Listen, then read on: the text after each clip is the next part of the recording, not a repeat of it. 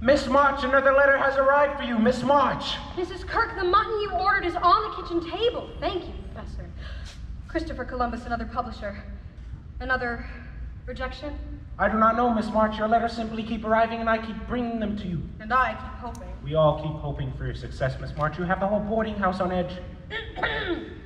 My dear Miss March, I read your story. Capital. A publisher has read something. Unfortunately, I found your tale tasteless and vulgar, not at all suitable for my readers. My advice to you? My advice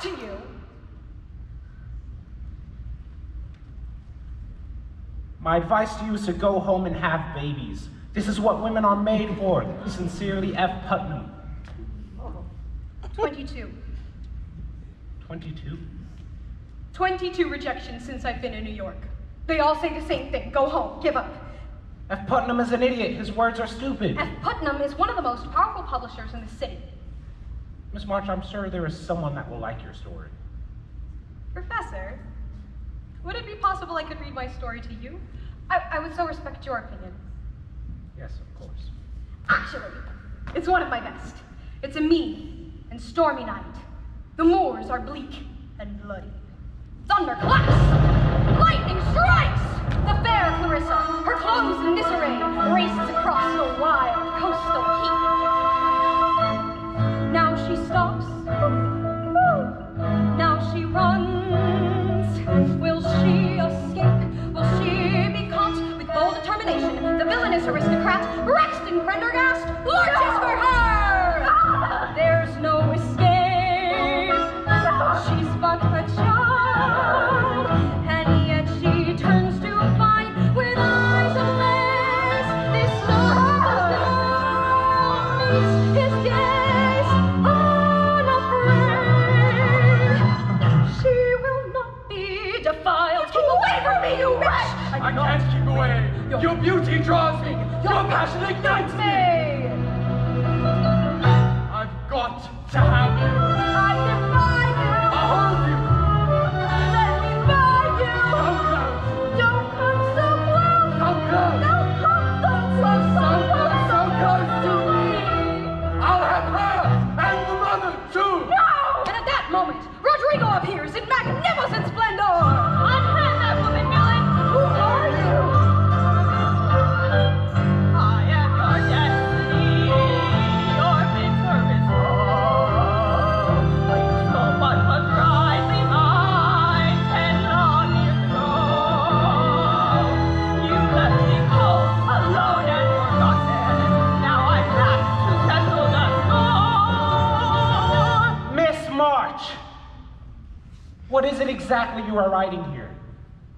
Blood and guts, stuff. The magazines and periodicals are full of it. Violence and seduction on every page. Well, read Shakespeare, read history, read the newspapers. Perhaps it is getting late. Maybe we should pursue this some other time. No. I want to know what you think, Professor. Blood and gut stuff. What the world wants to hear.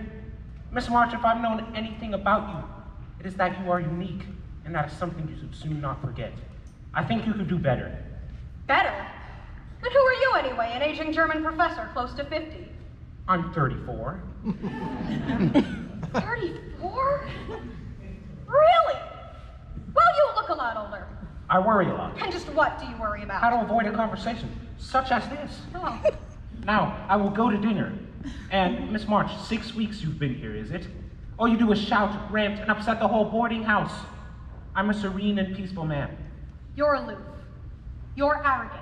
Arrogant? Miss March, I spoke my mind as you spoke yours. Clearly neither side was appreciated. Obviously, my stories were a great success in Concord.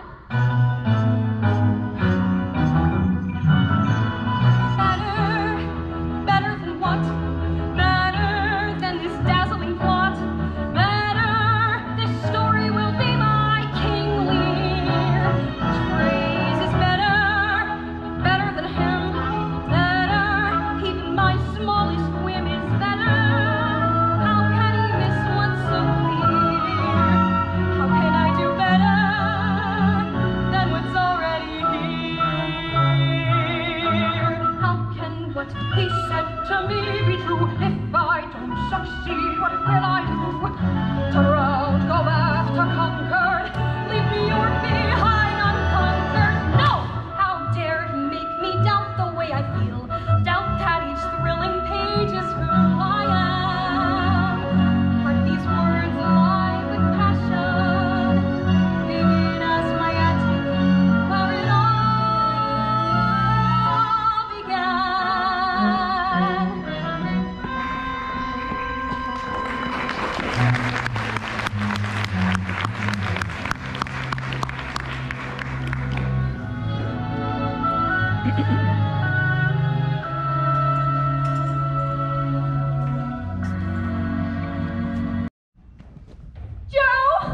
Joe, the girls at school were being horrible to me.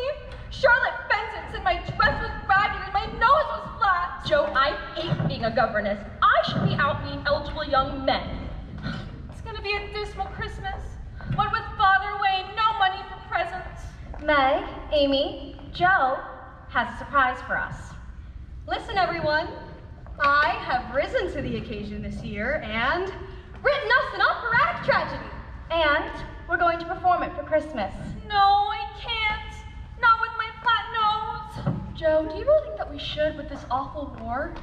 Meg, when have we let anything defeat us? Years from now, people will talk about us. One Christmas Eve, 4 penniless and ragged sisters put on an operatic tragedy for all of Concord. Oh, Joe. Men with blood and guts, 2 masters, a masked ball, and several heart-wrenching scenes. We'll dim the lights, the crowd will hush. We'll start the overture and Beth will surely blush. And when Clarissa starts to plead, Christmas will exceed our finest dreams. Do I die again in this one? Yes. And you will die like none before. The world will shudder when your body hits the floor. But when Rodrigo makes you bleed, Christmas will exceed our finest dreams. He has charisma, only passion is permissible. This tragedy depends upon the fire in your eyes. And then when you're the mother, you'll be noble, you'll be pure. All hearts will melt the moment mother cries. Let us begin. Oh, mother, dear mother, do not cry. No, Amy, expression from the heart. Mother. Oh no, dear mother, do not cry. Try it. Mother. Oh dear. Joe, I have teased and ridiculed at school, and all that concerns you is your silly little tragedy. I know you're tired. I know it's hard. But we will triumph when Rodrigo yells on God. Our success is guaranteed. Christmas will be thrilling. Christmas will be gory. Christmas will exceed our finest dreams. I made an important decision today. As you all know, I've been writing stories forever, with much satisfaction. And people seem to like what I write. We love it, Joe. Absolutely. So I decided I'm going to become a world-renowned writer. I shall write great books and earn barrels of money, and I will give you all everything that you have ever dreamed of. Joe could do anything. But we must promise to remain just as we are. Solid, like a fortress. No matter whatever happens, we must promise that it'll always be the 4 March Sisters. Forever. Forever!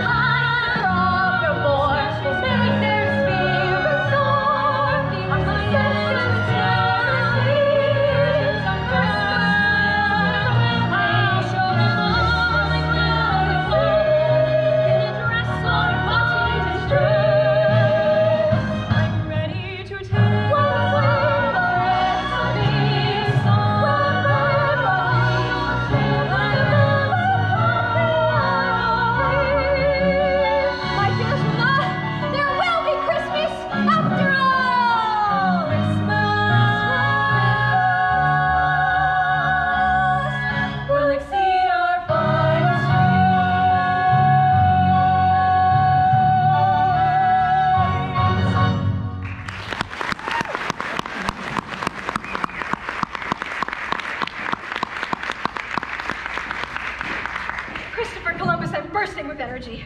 Someone give me a task to do. I want you to bring father home. I shall write to President Lincoln tonight. Another. I want you to give me an invitation to Annie Moffat's St. Valentine's Day ball. I'll wring her bloody little neck if she doesn't. Another.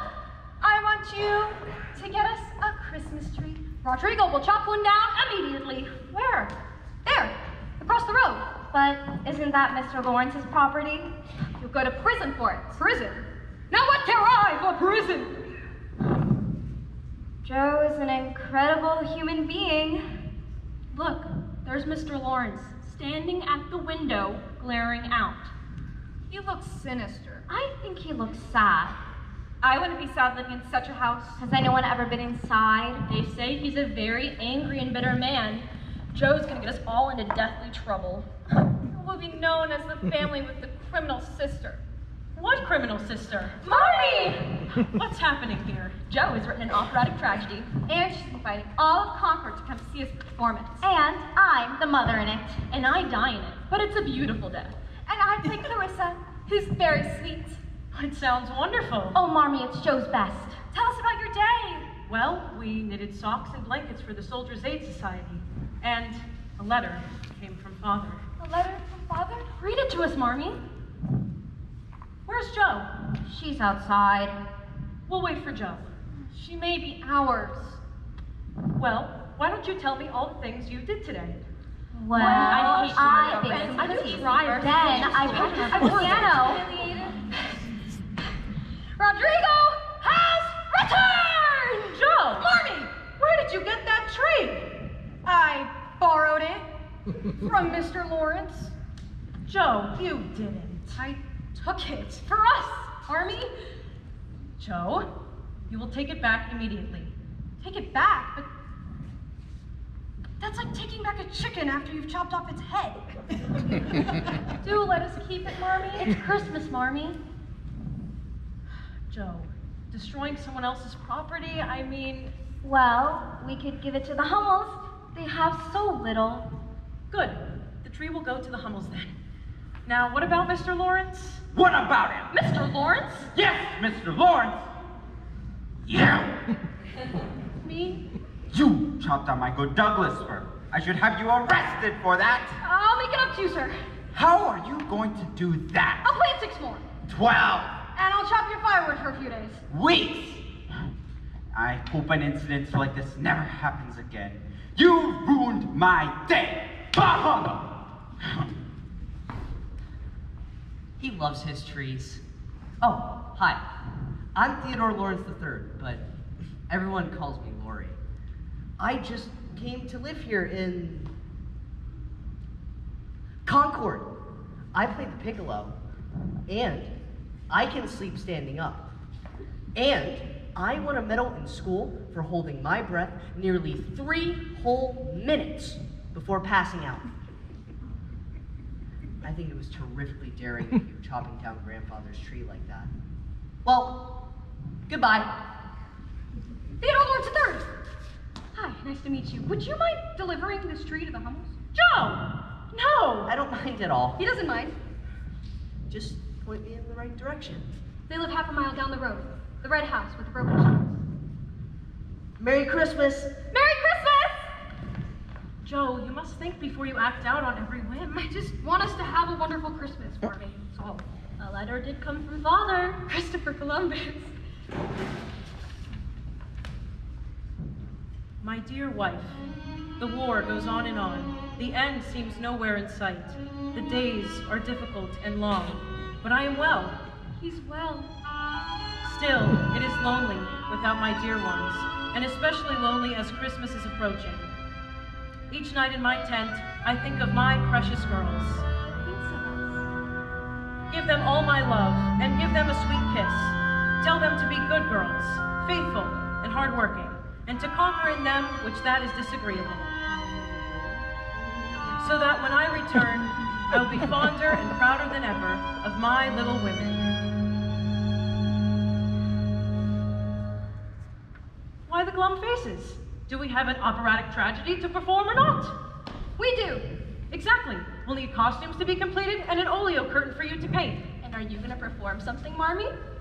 I'll write something thrilling for you, with passion and daring. Okay, yes, I will. Us March women are invincible, and this will be the best Christmas ever. Come, let's get to work. I'll get my paint, I'll get a costume from Army, and I'll design the handbill. I still don't know why we couldn't have kept that tree.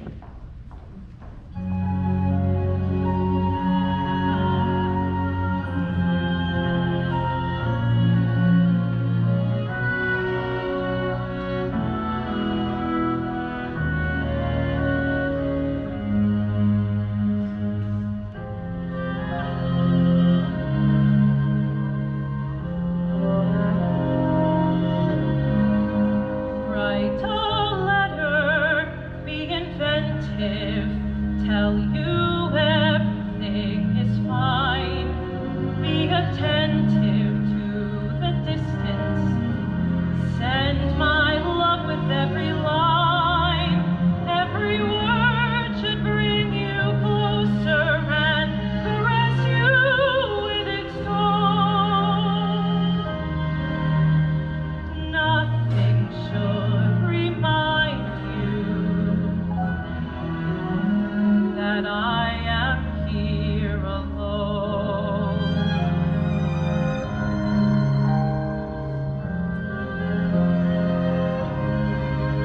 I can tell you how I'm feeling.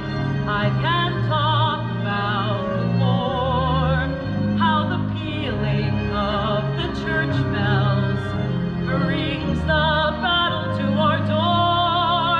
I don't know which part is harder, what I know or what's unknown,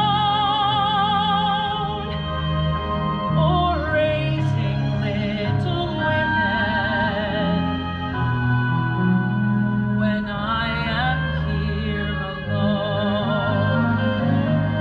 Counting days, praying for news. Is this the life we meant to choose?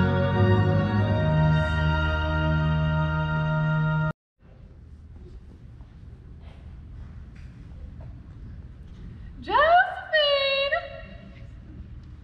Josephine! Oh, Josephine, is that you? Come here. Good morning, Aunt March. Do you know the hour? Almost 10, I believe. Your workday begins with me at 9. You've missed reading to me and you still have not repaired the latch on the cellar door. Yes, but I got delayed in finding you this beautiful flower. Don't trifle with me, Josephine. You were dawdling. I wasn't dawdling, I was writing a story. You are what happens to a girl when she has no father. I have a father.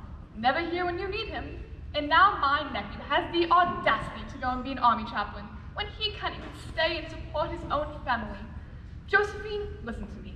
You are on the verge of womanhood. Christopher Columbus. And just look at you. You go about writing senseless stories trying to save the world when you can't even save yourself. I don't need saving. There are many pitfalls a girl can fall into, and Josephine, you are heading towards all of them. I want to see you shine. Even if you're not rich, you can at least marry well. I'll never marry. You'll marry. All girls marry. Yes, but I'm not all girls. With a good marriage, you can have power, take your place in society. I don't give two figs about society. Well, there is no point in us having this conversation then. It's clear I could never take you to Europe. Take me to Europe? It was an idle thought of mine. But you know how important it is for writing to travel? It's my dream, Aunt March. We earn our dreams in this world, Josephine. It's foolish you may think you could ever change your ways. I can try. You could never bend your will. You could never follow through. You could never bite your tongue, though your tongue may split in two. If you want to live your dreams, these are things you have to do. How could you change? You can't. I could change if I wanted to. Could you practice self-control? Could you possibly be shy? Could you wear a corset tight in the heat of mid-July? These are rules you must obey. Everyone would you defy. You'll never change. You won't, that's why. Yet somewhere deep within my heart I do believe you could captivate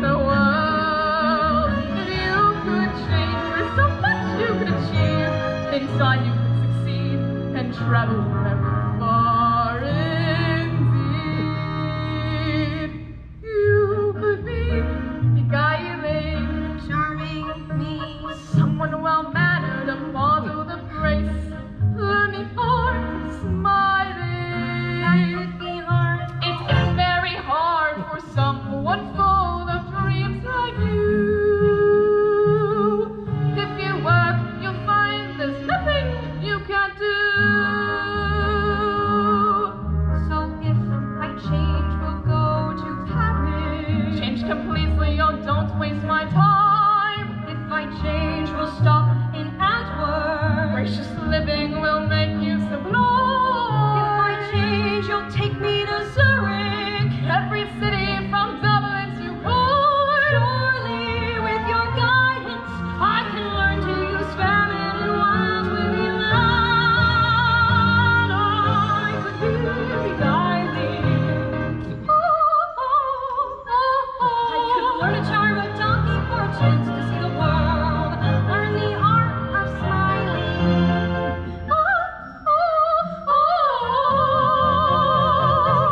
I could button up my mind and keep my thoughts perfumed and curled. Yes, I surely think I could. If you could, that would be good. There's nothing that I wouldn't suffer to see the world. I can do it if I try. I can do it by sheer will. All you have to do is work to acquire any skill. These are things that a girl must do when she has dreams she must fulfill. Change how you walk, it's how you talk. Change how you think, it's how you are. I'll hold my breath and hold my tongue to what it takes to travel far. Could you? Could you? Could you?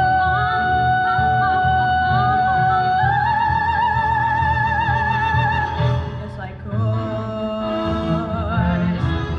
Good.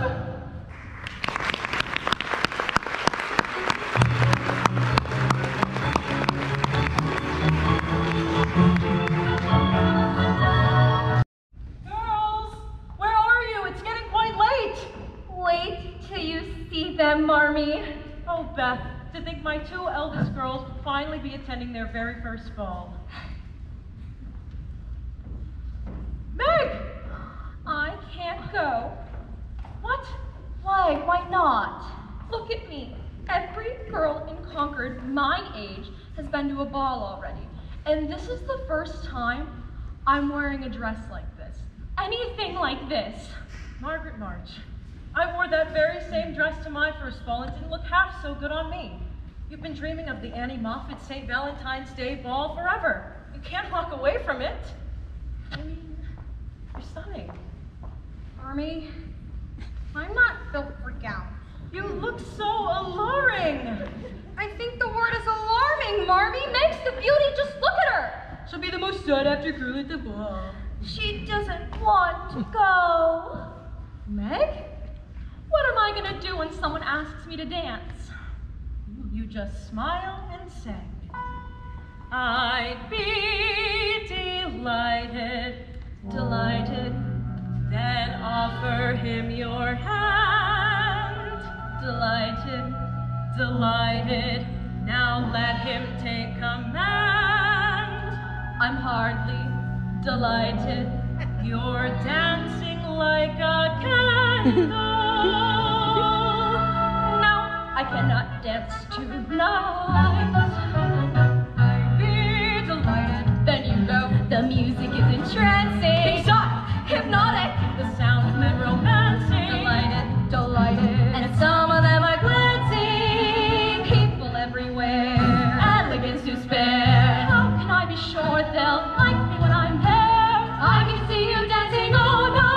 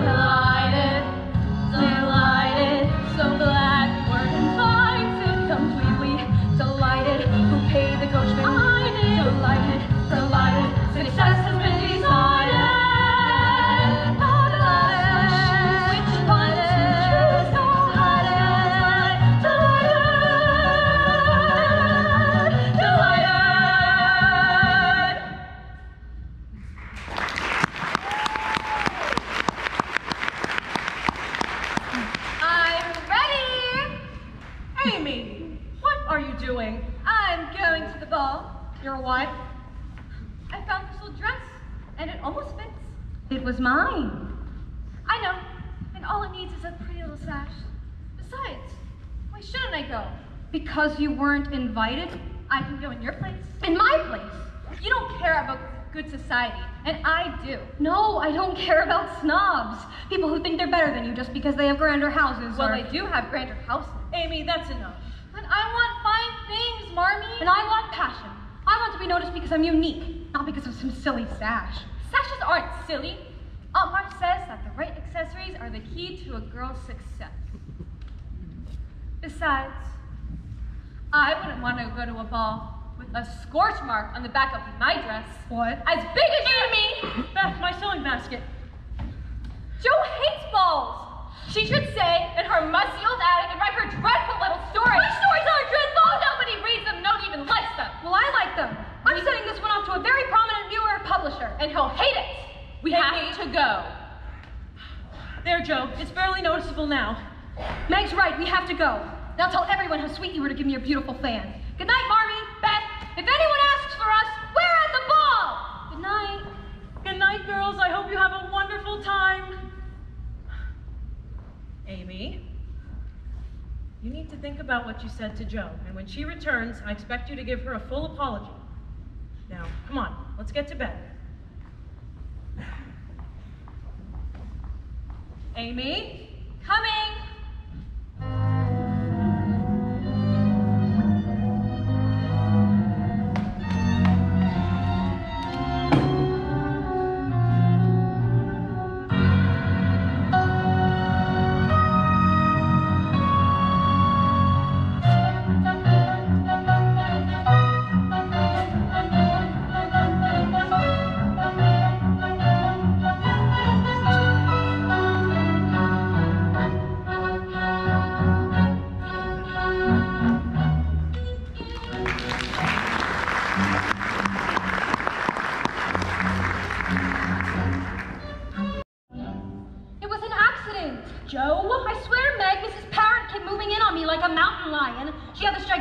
Trumpet and kept shouting at me, "What's that you say, my dear?" She's deaf. She got so close I spilled the entire glass of punch on her and myself. Oh, Jo. And then Annie Moffat said to me, "Can I be of any help, Sally?" Sally? Who's Sally? Her dog? I ought to box her ears. Jo, we're going to take a moment out here and breathe, and then we're going to go back in as if nothing happened, our heads held high. Yes, you're right. For a young lady who's soon to go abroad and do amazing things, I shall return poised and elegant, brimming with confidence. I shall sit grandly Christopher Columbus. Excuse me? Oh, it's you. Me. Wait, what are you doing here? I passed out. Too much dancing, I guess. Too much punch, I'd say. Lori! Oh my gosh, Lori, I've been looking for you everywhere, Lori. What are you doing? Mr. Brooke, I want you. Oh my gosh, your grandfather's going to be furious. He wants you to meet some important people. I have. These are the March girls I've been telling you about, the ones from across the way. This is Meg, right? Yes. And that's Jo. She cuts our firewood on occasion. This is Mr. John Brooke. He's a scholar from Boston. All right, I'm Lori's tutor. Come on, Lori, come on. Oh gosh. Oh, my dance card. Oh. I'm sorry, I must have dropped it. This is.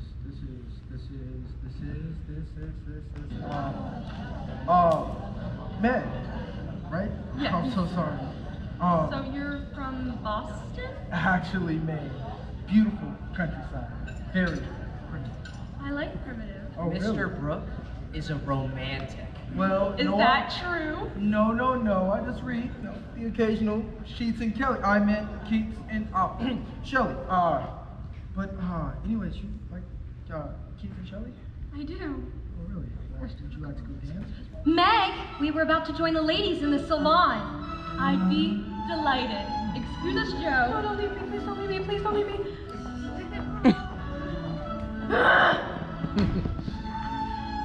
What is with you and that smile? You make me believe. Well, you look ridiculous. Well, you are looking rather fetching tonight. Fetching, really? So, tell me, when you're not attending balls, what do? I write blood and guts stories. I make extraordinary plans. I'm going to Europe. I'm gonna meet famous writers and revolutionaries. So, what about you? Marmee says you're all alone in the world, no mother or father. That must be awful for you. It's not awful. I have a cranky old grandfather, and I have a cat, and I've got, What? well, I was hoping to say you. Me? You don't I like know me. I have no right, but sometimes late at night I watch you in that attic, pacing back and forth like a maniac. I've never met a girl like you, anyone at all like you. This is very nice, such a lovely party. The music sounds so thrilling. It makes a person feel like dancing. So, what do you say? I don't dance.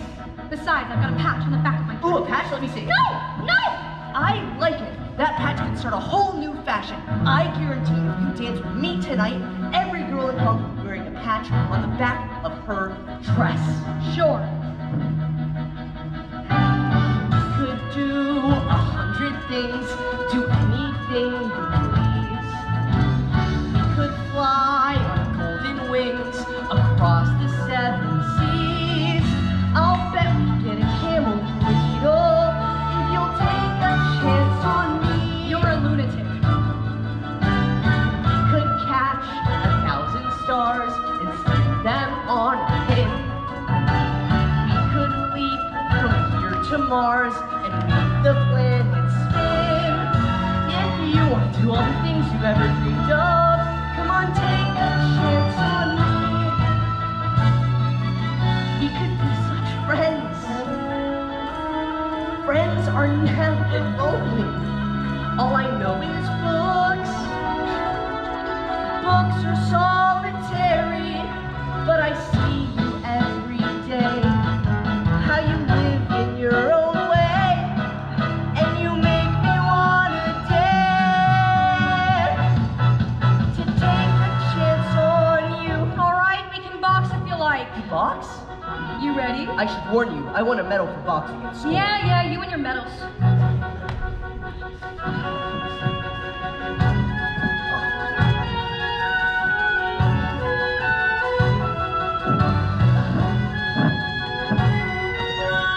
So that's how you win medals, huh?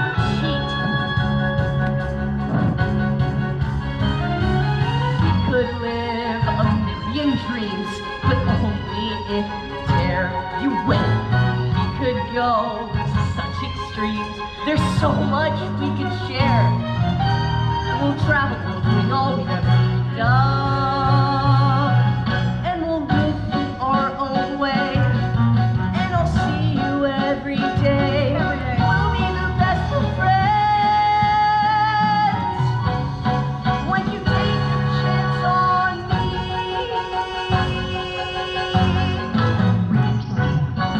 What do you say? Try me? I challenge you to a skating race tomorrow at the pond. Come on!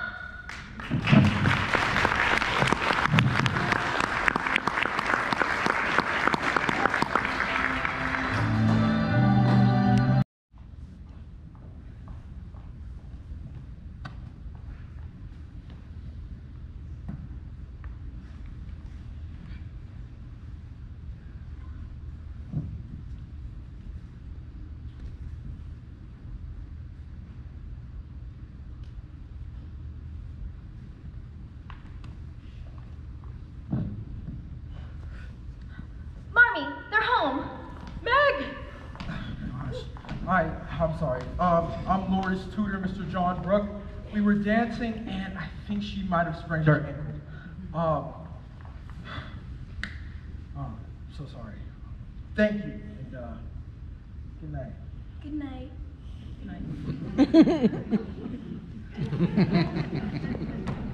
The evening started rather strangely, but ended magnificent. Good night.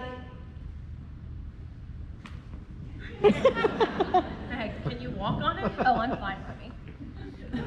Well, tell us about the ball. I tried to do all these ladylike things, Marmee. They went unnoticed except by Mr. Lawrence's grandson. Poor Meg. No one even asked her to dance except for that pompous Mr. Brooke. He danced divinely. Okay. I had a wonderful time. In fact, I had the most wonderful time of my life.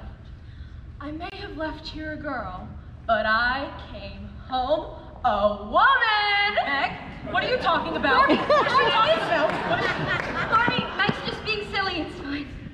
Oh, girls, it's been a long day. Why don't we all get ready for bed? Beth, look what I got for you. A truffle. Thank you. Amy. Good night, Marmy. Night.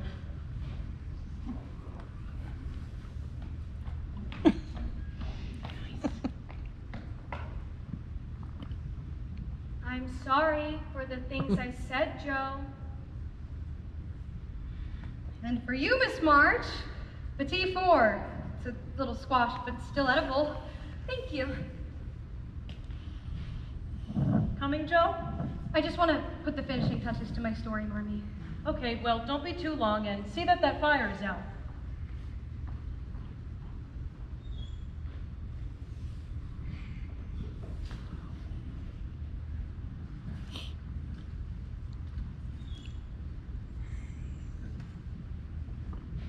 Amy? Amy? Amy, where are you? Joe, what happened? Amy! Joe? Amy? Joe, what is it? Amy? What did you do with my story? Nothing. What did you do? I was working on that story day and night. I burned it. You what, I'm Amy? glad I did. I ought to tell you. Go on, I bear my Joe, girls, that is enough. What has gotten into the both of you? She burned my story.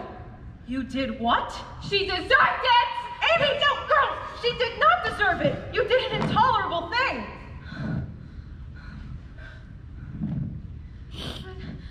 I could have gotten the invitation. The Amy, invitation you was meant for me. You destroyed what meant the world to Joe. Joe has everything. What do I have?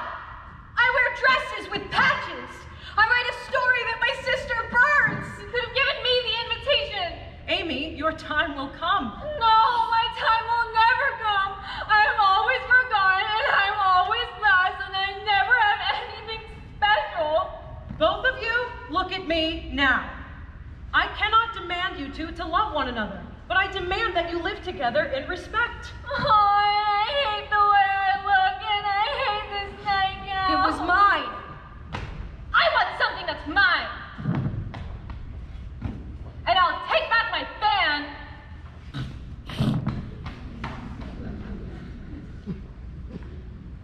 Joe, I'm so sorry. It's not your fault. Although you did give birth to her. Can't you see, Joe? She wants to be like you. She wants to have what you have. She's only a child. No, she is not just a child. That's a demon in a child's body. Okay. Joe, listen, if I could bring back your story, I would. My writing is everything to me, Marmy. It's who I am. It's my future. It's my passion. And Joe, that passion is still in you. I know it is. I don't think I'll ever forgive her. Joe, you're not wrong to feel anger, but if you keep setting up this wall between you and Amy, the one you could end up hurting is yourself. And I couldn't bear that. So please, try and get some sleep.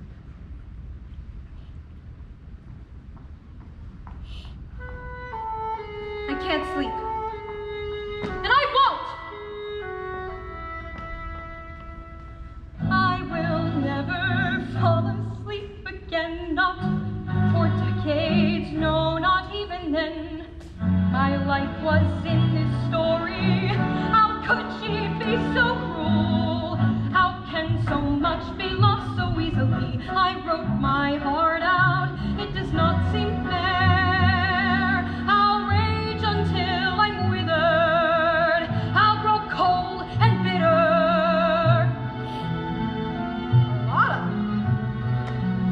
Lotta, the mad woman in the attic, the creature of gall. I like this. The spinster, rejected by the world, changed her appearance. Yes!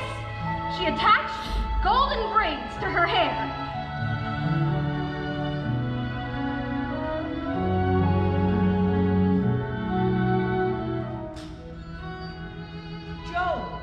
Joe, come skating with me. The ice is beautiful. Lori, I'm finishing a story. No, finish it later. I want to win at least one race before the winter's done. All right, I'll give you a 2-minute head start. 2 minutes? And still beat you. Hey, wait up! That's not fair! At least let me get to the starting line!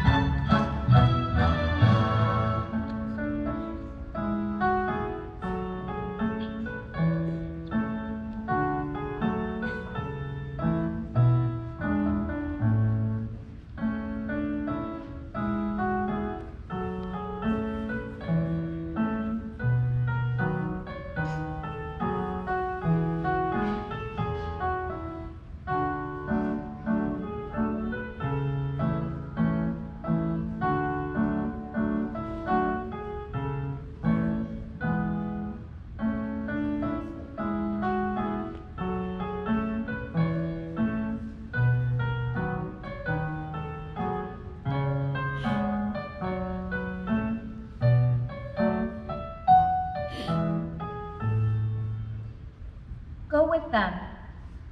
Joe doesn't want me. Go anyway. She's ignored me for 2 weeks. I drew a picture of her with her beautiful hair and she just ignored it. Besides, my skates don't fit me anymore. Then, take mine. Really, Beth? Thank you. I wish I could be as sweet as you are. You are sweet. Now go.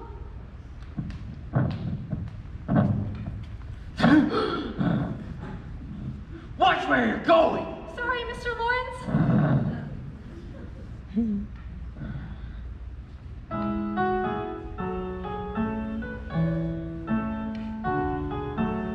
That piano sounds terrible. It just needs a tuning, sir. Where's Lori? I've been looking for him all day. I'm sure he'll be home soon. The boy's missed 6 lessons and he's getting behind on all of them. I strictly forbidden him to associate with this family. Why, sir? Because a man needs an iron will if he's going to survive in this world. And being with this family will only weaken him. And which one of the dreadful ill-marched girls might you be? I'm Dreadful Beth. Oh yes, I've heard of you from Lori. You're the one who wants to play my precious piano. That's out of the question. It belonged to my daughter, Lori's mother.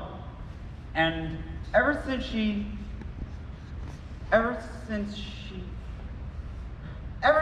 passed away, it's been locked away, and that's how it shall stay. Are you afraid of me? A little. Why? It might have something to do with your face, sir. It's very hard. Well, I can't tell my hard face.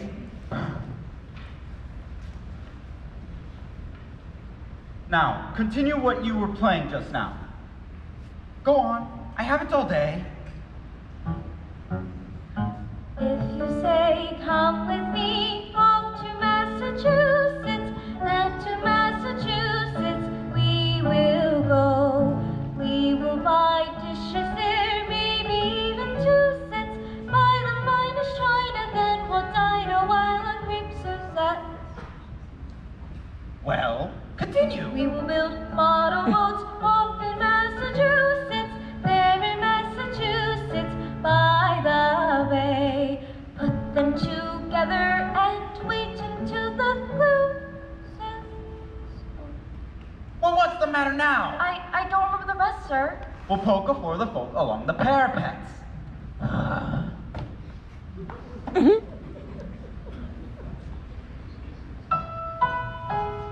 Off, To Massachusetts, yes, we're off. to where the shops are sweet. We will play minuets off in Massachusetts, Boston, Massachusetts, Beacon Street. If you say, come with me, Come with me, Boston, Massachusetts, we will go. we will buy dishes there. Buy the finest china, then we'll dine a while on cream Suzette. Yes, we're off to Massachusetts. Yes, we're off. Yes, we're off to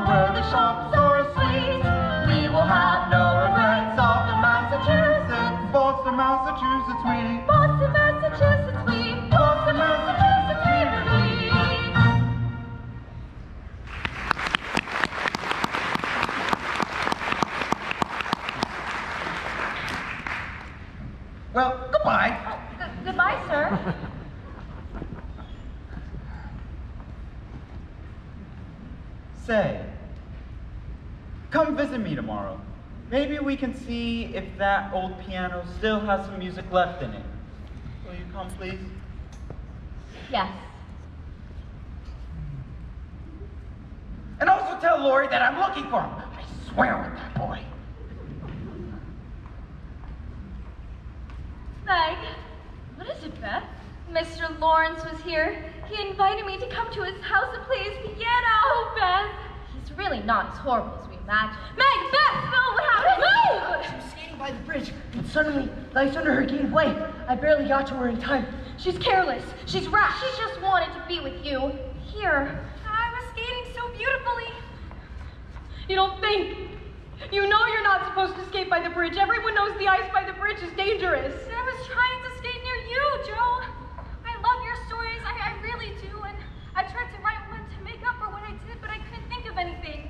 So I drew a picture of you and your beautiful hair. And my big mouth. And you just ignored it. You skate recklessly. If it weren't for Lori, you could have been killed. Maybe it would have been better if I had. You must never talk like that. When the ice broke underneath you, all I could think was I could have lost you. Go on, Joe. That's your sweet side. Forgive her. Stop. I was devastated when you burned my story. I didn't understand how you could do such a thing, but promise me that you'll never think of me as an enemy, but as a sister who loves you. I promise, Joe. The March Sisters forever. Forever! Lori, who saved Amy and made this day possible, I want to declare before everyone, before the world, that on this day of forgiveness and joy, that you, Theodore Lawrence III, who has valiantly lost all contests to me, I declare you our brother, the brother we never had. Swear to us your greatest oath of loyalty, an oath as dazzling as your charms. I swear I'll follow you like royalty. Come where our royal call to us. From now on we are joined, and we shall not be parted. From this day on it's all for one, and one for all for life. We'll live like musketeers. Together we'll prevail. We'll be fine for all forever from now on. Now each of us will swear for all eternity, our bond shall never be undone. Nothing shall sever this fraternity. We'll always live and die as one. From now on we are joined, and we shall not be parted. From this day on it's all for one, and one for all for life. We will fight. We'll be fine for all forever from now on. Stage! Stage! On this wonderful day. It's wonderful. One I'll never forget. Never forget. I am honored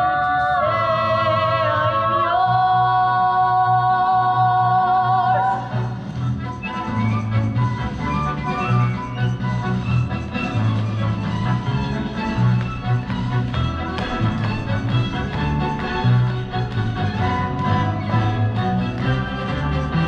From this day on we swear that we shall not be parted. From this day on, no matter what, we're fine for all for life.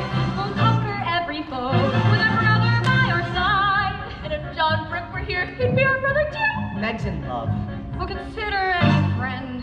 We'll be loyal to the end. We'll be fine for all forever. We'll be five for all forever. We'll be fine for all forever from now on and on and on. From now on.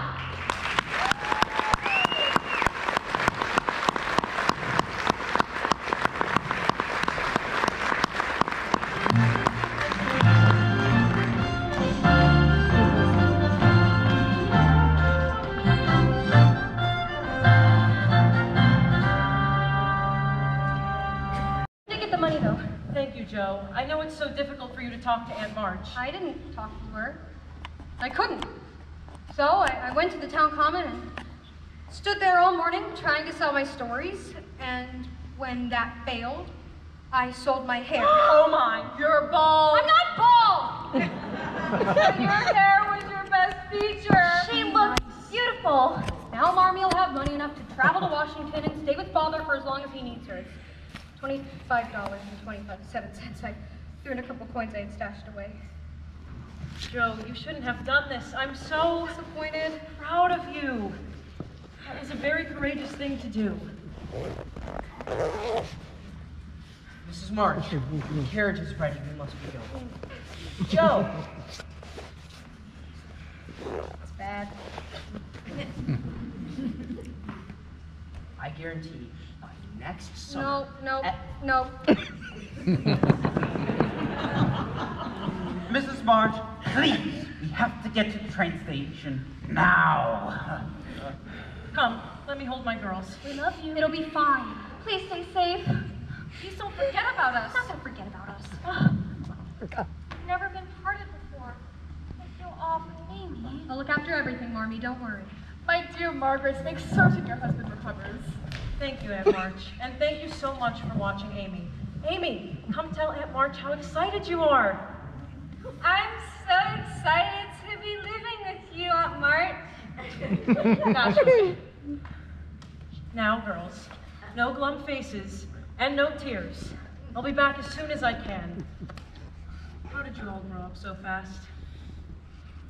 Goodbye, Aunt March. And make sure to tell Father how much I love him and miss him. Josephine, what have you done? I sold my hair so Marmee could have a safe journey to Washington. You did what? I told you if you need money, come to me. I was hoping to earn my own money. Cutting one's hair and selling it like a beggar is not an option for a lady.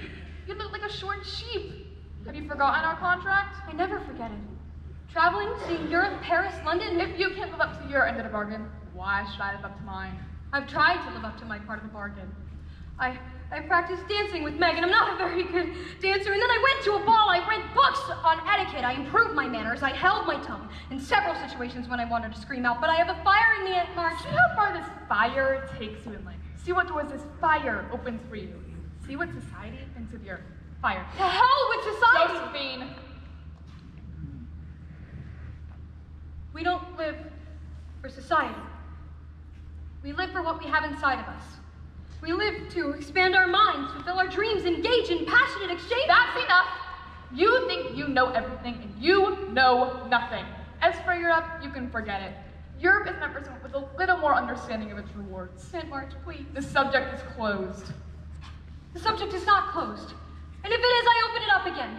I'll go to Europe, I will. I'll go to Europe if I have to swim there. Hello, John. I like your haircut. Joe? My hair will grow back. And who is this man? He's Laurie's tutor. And a friend. Well, tell your friend his visit should be brief. Amy, collect your things. I'll be waiting the carriage. I have plans for you. Yes, ma'am. John, what have you done? I've enlisted. I couldn't stand by any longer. I have friends who will never return. I mean, your own father is in the Army hospital in Washington. When do you leave? Tonight, Meg. Listen, Meg, I'm not particularly handsome. You're very handsome. And I'm not the wisest of them all. You're wise.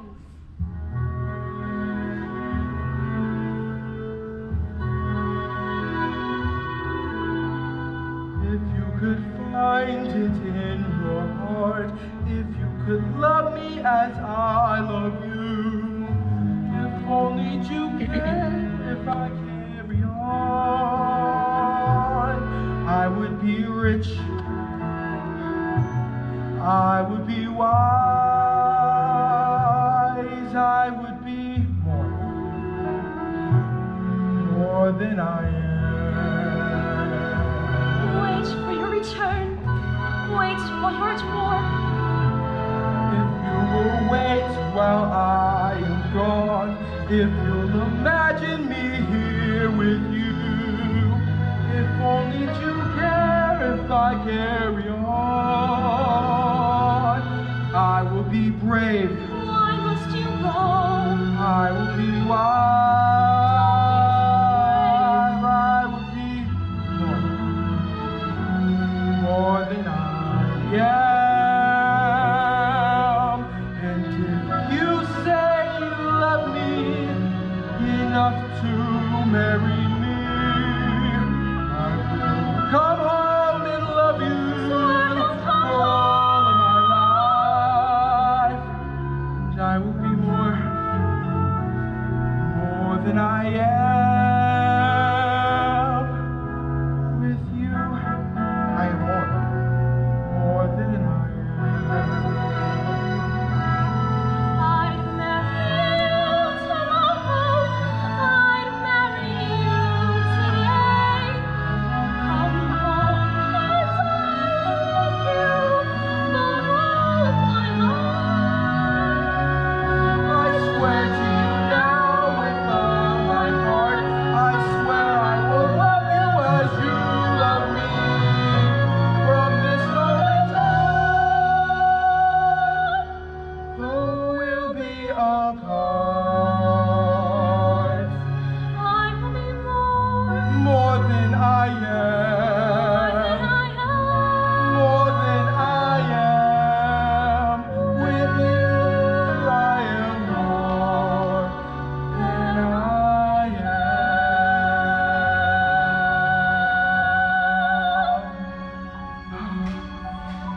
Okay. Then it's sealed. I'll write you 3 times a day, 4 times a day, 5 times a day. Okay. Thank you.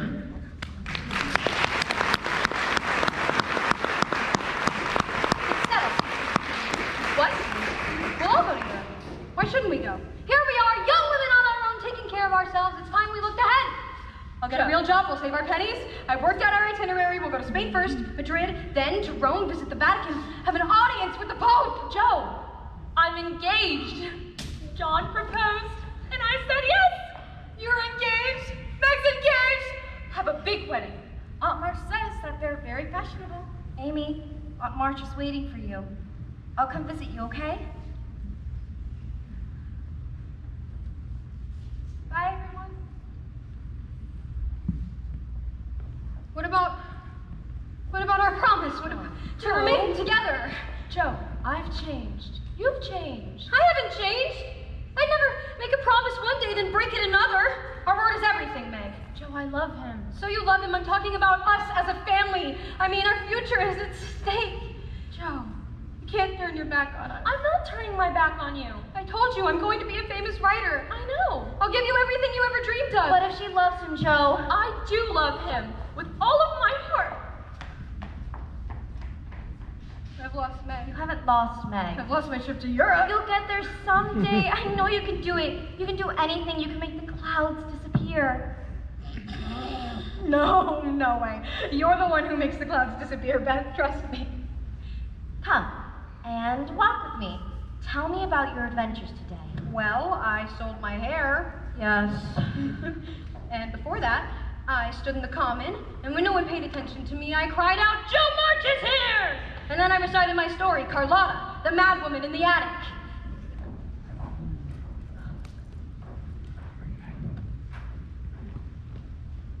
Carlotta, the mad woman in the attic. A creature of Gaul, a spinster, rejected by the world, rose from the dark. Joe March!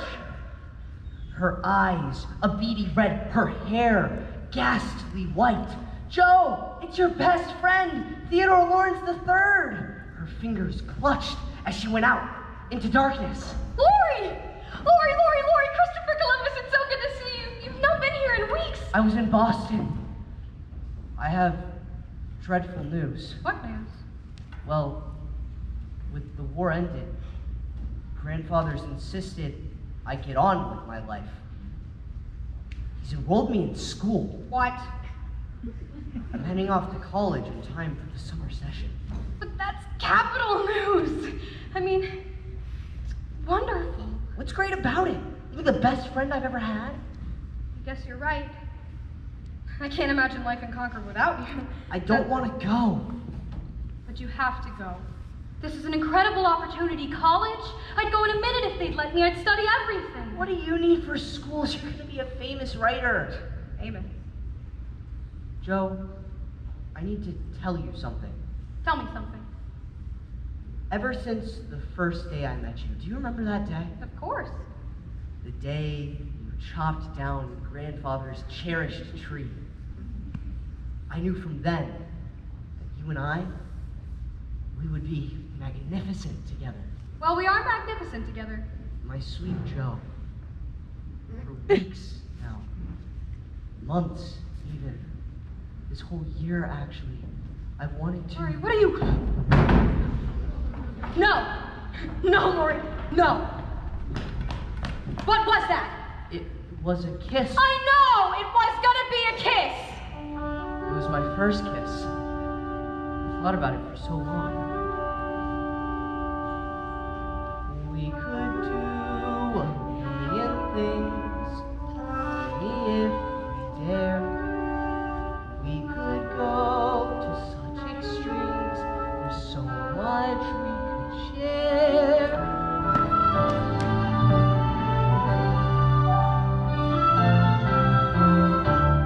What's gotten into you? Joe, look, here. I took out a part of my inheritance and I bought you this ring. Ring?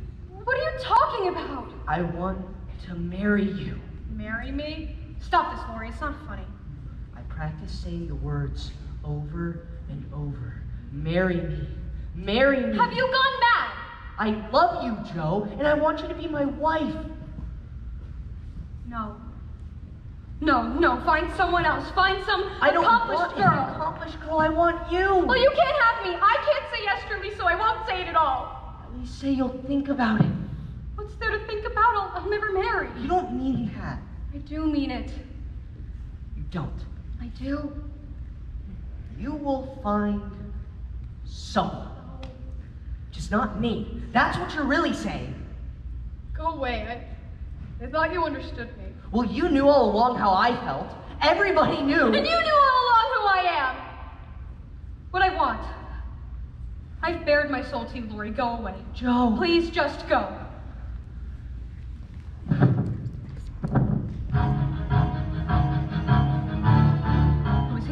Who's he with his marry me? With his ring and his marry me? The nerve to go. This is not what was meant to be. How could he ruin it all with those 2 words? I thought I knew him, though that he knew me. When did it change? What did I miss? A kiss when I thought all along that we were meant to find frontiers. How could I be so wrong? And I need my sisters here. If I can share my dreams, what were they for? I thought I promised that we would never change and never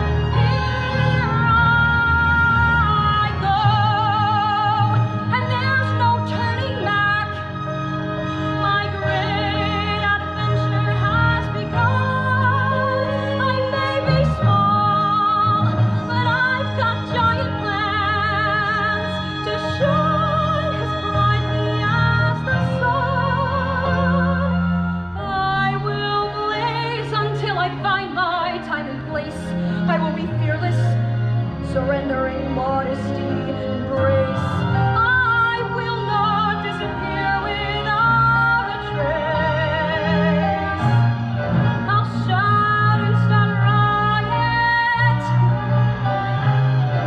be anything but quiet. Christopher Columbus, I'll be astonishing,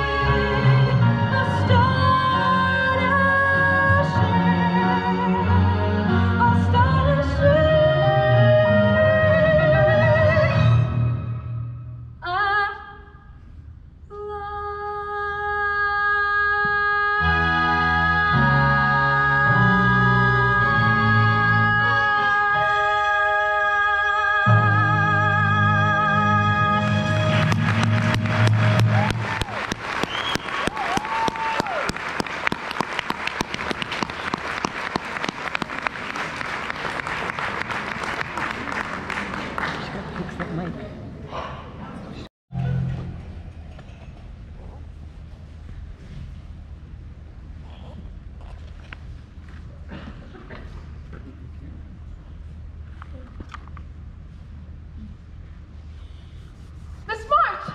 Has anyone seen Miss March? Professor, have you seen the whereabouts of Miss March? No, Mrs. Kirk, I have not seen the whereabouts. How da? Do we have enough shades for the new boarders? Ever since the war, Professor, people have been coming from everywhere. Miss March! What is it, Mrs. Kirk? Well, Professor, Miss March received a telegram. A telegram, Professor. She may have inherited a great deal of money. Then again, it could be a terrible tragedy. There is no telling, is there? As her good friend, I think you'd be concerned for her. We are not good friends, we are simply acquaintances. I see. Helga! You and others in this boarding house are under the impression that me and Miss March have some sort of kinship. We have simply gone places together. The theater? Yes, I took her to see Hamlet. Pathetic how that is. Very pathetic. And I've given her 3 German lessons. 3? That many?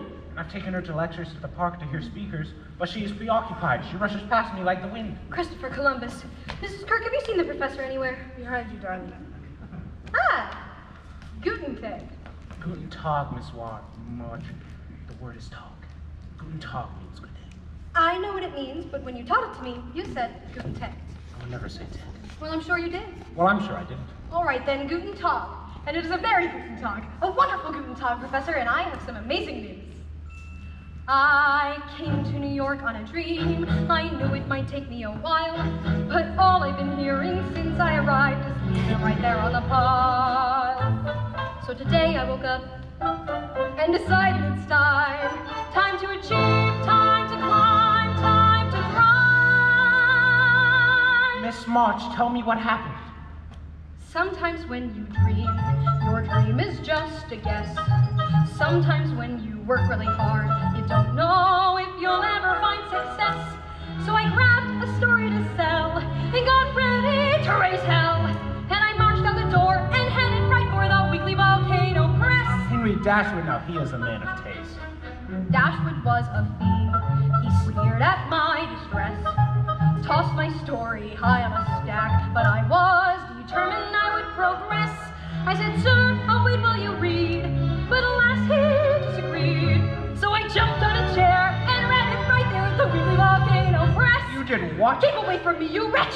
I cannot keep away. Your beauty draws me. Your passion ignites me. Ah, it's the one with the whore in it. It's the bloodbath. Yes, that's the one, but I took to heart what you said and I embellished. I made it better. Lightning strikes, thunder glass. I've got to have you. I defy you. I'll take you. Let me buy you. Let's go. Let's go. Let's go. Let's go. Let's go. Rodrigo appears in magnificent splendor. Unhand that woman, villain! Who are you? I am your destiny, your bitter misfortune. I've come to avenge your crimes of 10 years ago. Run to the forest! Run! I can't. The forest is dangerous. My sister went in there and never returned. But you must risk it. You must take the dark path. Your fate awaits you there. You'll never escape me. Hurry! Go! Now! I'm gone. Dashwood was aghast, but I could not care less. Words I spoke ignited the air. I felt like a publishing lioness. That's when Dashwood started to shout, and I thought he'd throw me out. But then I persevered, and a forest appeared at the Weekly Volcano Press. The forest is dark and scary. Clarissa enters trembling, fearful of what fate awaits her. She comes to a fork in the road and stops. Which way do I go? A hag appears. I can help you choose, but you must make a sacrifice.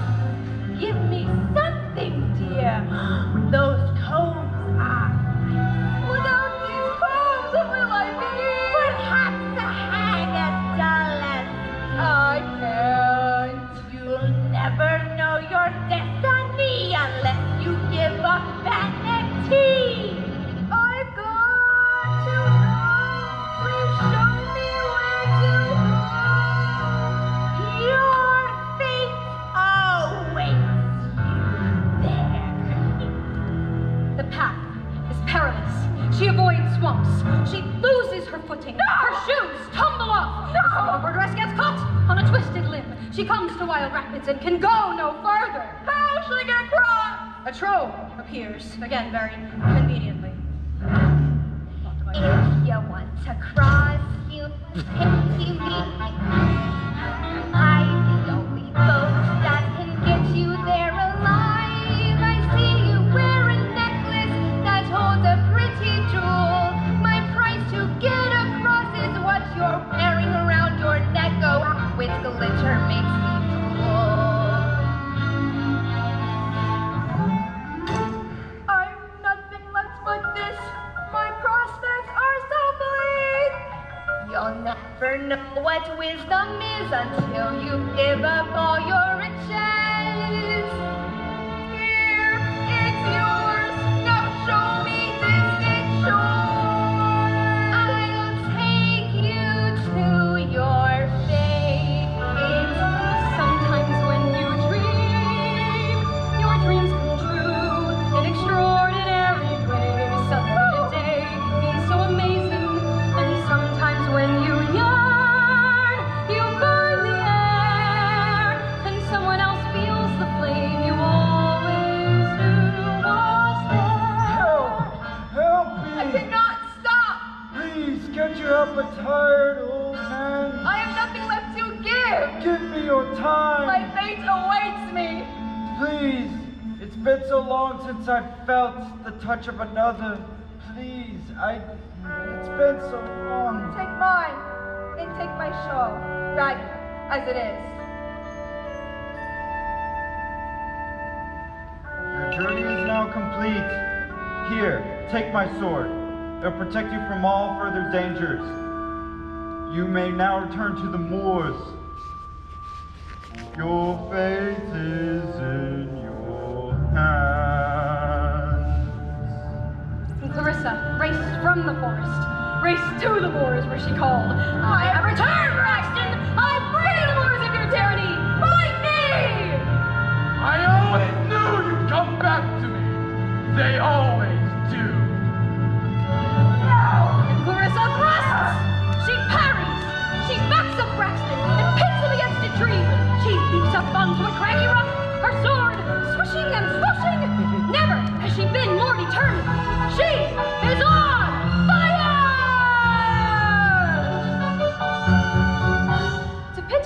even taken dueling lessons.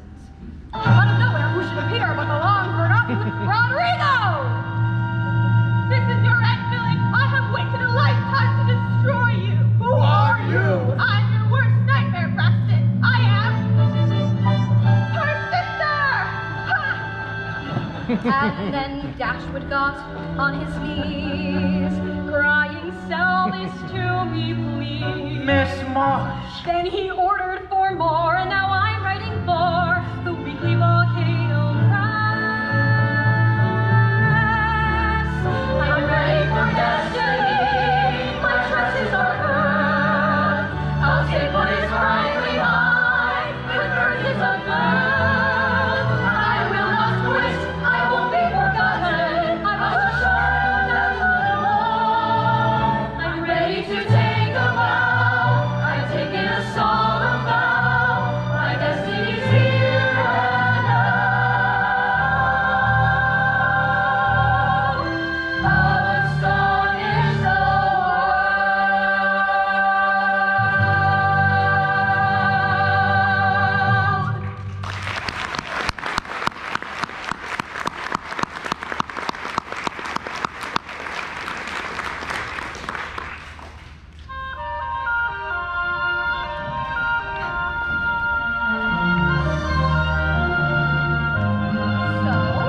What do you think? I am, what is the word? Amazed? Flabbergasted and delighted. Christopher Columbus! Today I feel anything is possible.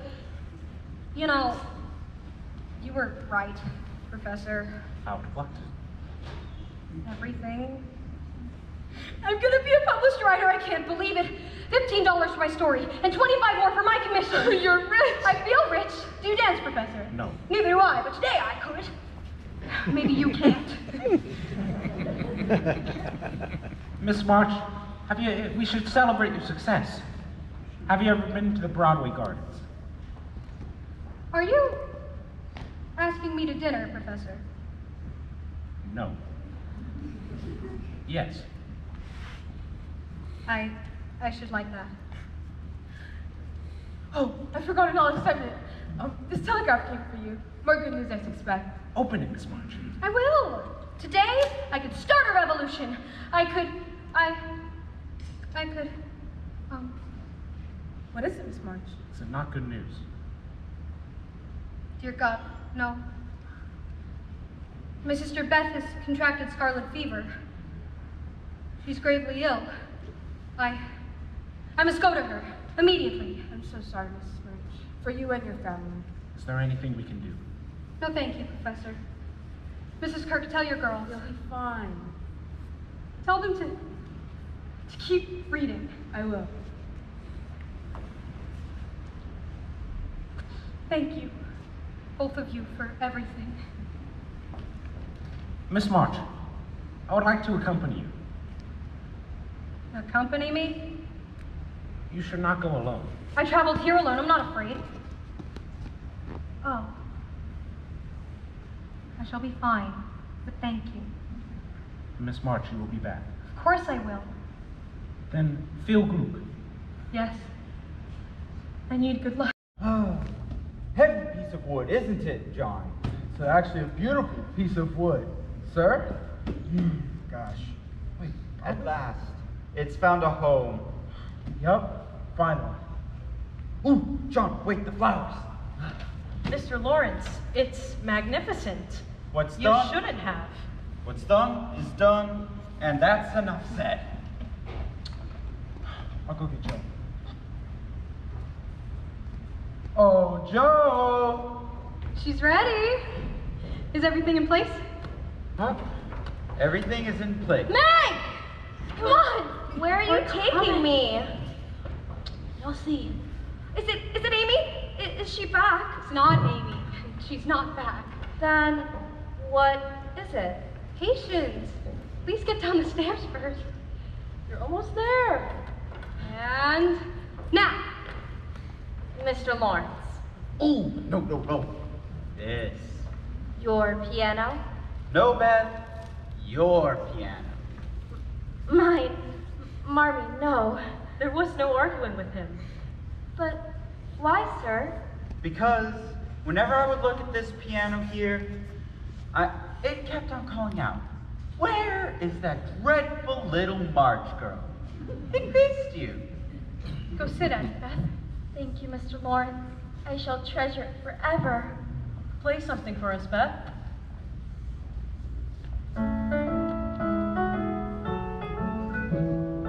Oh, by the way, how's Laurie doing in New York? Laurie was in New York?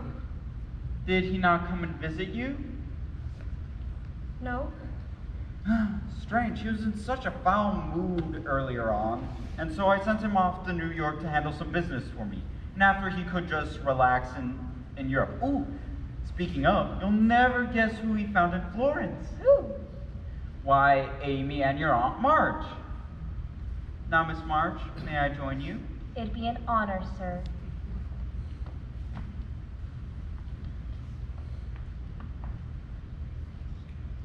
If you say, "Come with me off to Massachusetts,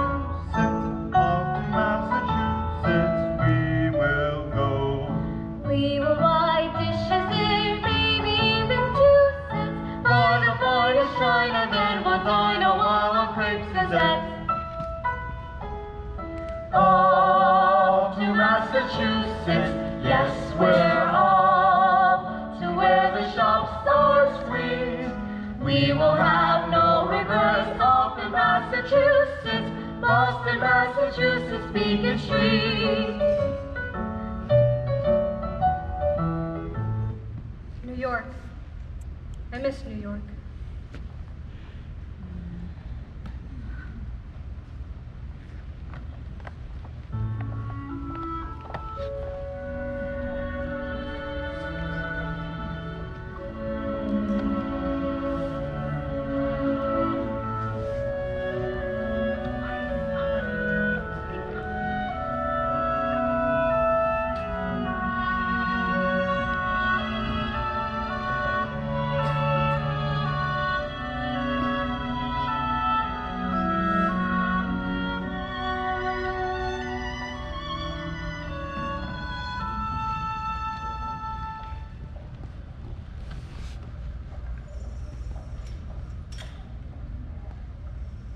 Don't even with me right now. Dear Professor Bear, I've been wanting to write you. So much is happening here. My sister Meg is having a baby.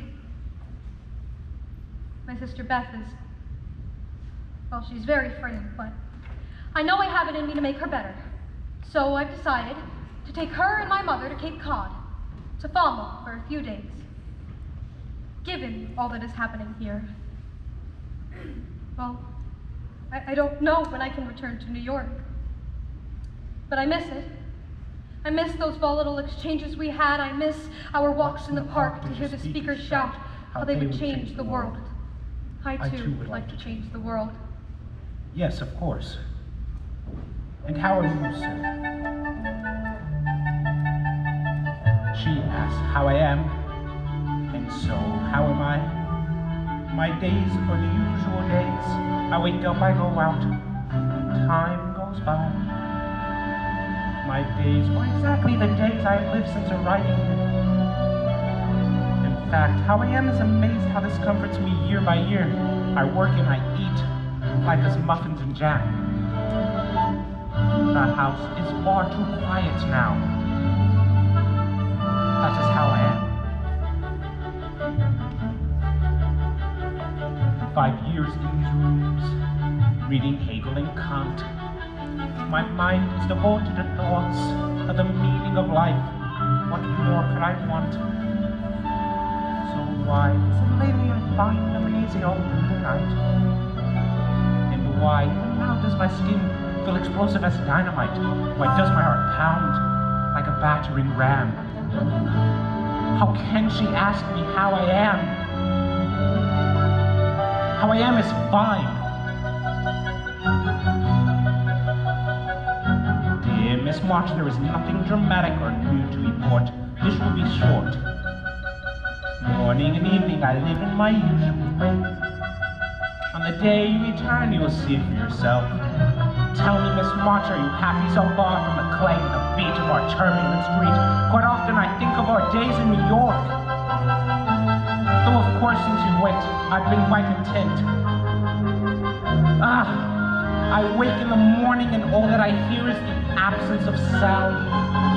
My mind is disturbed, but my thoughts in me as my thoughts run around.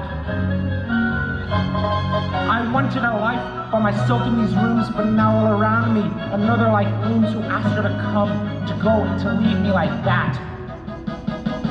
And now she expects me to send her a note with words if I spoke that would stick in my throat.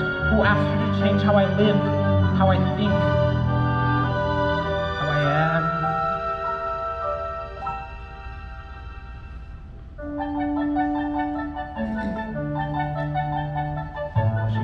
How I am, how can I reply? I go through my daily routine, I give lessons, I wait, time goes by. Yet lately, I find there is pleasure in humming a silly tune. Some days I go to the park and I sit there all afternoon. Some evenings I swear, I can hear a door slam.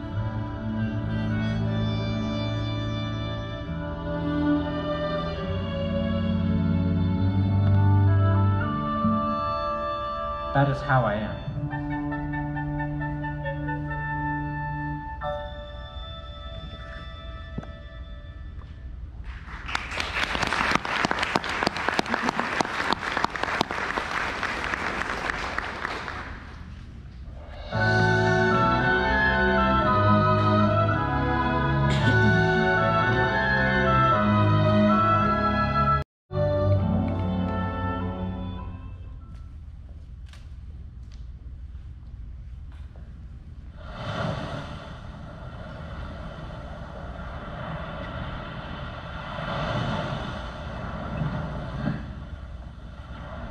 Marmee. It's so beautiful. The waves and the shells. Look, Beth. This one must be 1,000 years old. Listen. Remember how we always used to dream about coming to Cape Cod? Yes. And now Jo, with her wee literary earnings, as she calls it, has brought us. Oh, Beth. I'm so happy to be here with you. Promise me that whatever's got a hold of you, we'll continue to fight it. Now, I shall leave you two. I'm going to write a letter to Father and tell him how beautiful the Cape is this time of year. I love you. Come out of the chair. I got you something.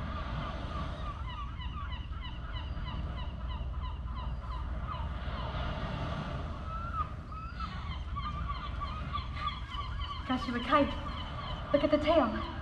I told the man I wanted all the colors of the rainbow for my sister. That is the most beautiful kite I have ever seen. This is a dream come true. Tell me again about New York. It's a circus. A circus. Clowns, waltzing camels, dancing horses. Sometimes you see them right on the street. And museums and theaters back everywhere. And the women, are they shameless? Well, some of them. Anyway, it's an amazing place. I'm gonna take you there someday. To New York.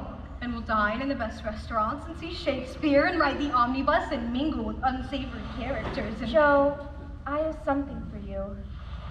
Marmee says this shell's over 1,000 years old. And I believe that once upon a time, it had an amazing life. If you put it to your ear, it speaks to you. What does it say? It says, we grow up too fast.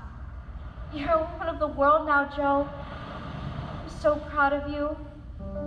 When you were first born, not an hour old, I told Marmee, Beth is mine. Everyone has someone special in the world, and I have you.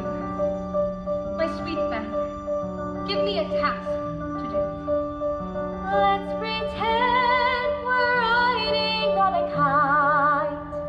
Let's imagine we're flying through the air. We'll ascend until we're out of sight.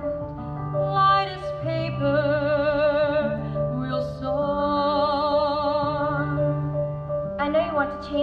Joe, but you can't change God's will. Well, God hasn't met my will yet, but Joe will be done.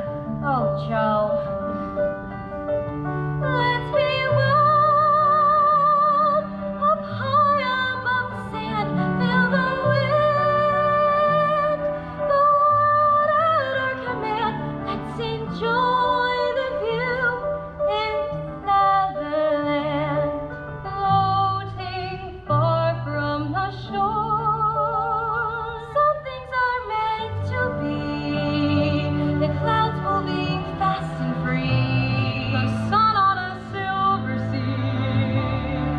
A sky that's bright and blue. And some things will never end. The thrill of our magic ride. The love that I feel inside for you. We'll climb high beyond the break of day. Sleep on stardust and dine on bits of milk. You and I will find the Milky Way. We'll be mad and explore. We'll be flying aloft upon the breeze. Dart about, sail on with ease. Pass the days, doing only as we please. That's what living is for.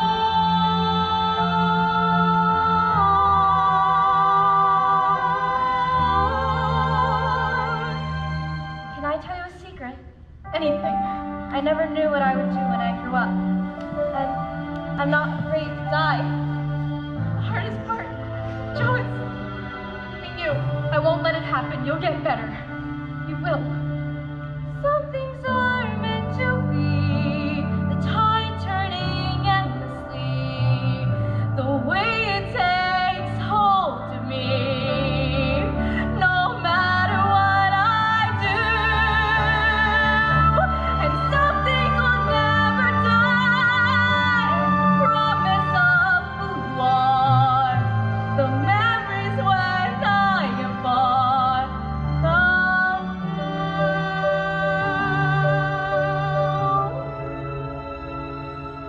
All my life I've lived for loving you. Let me go now.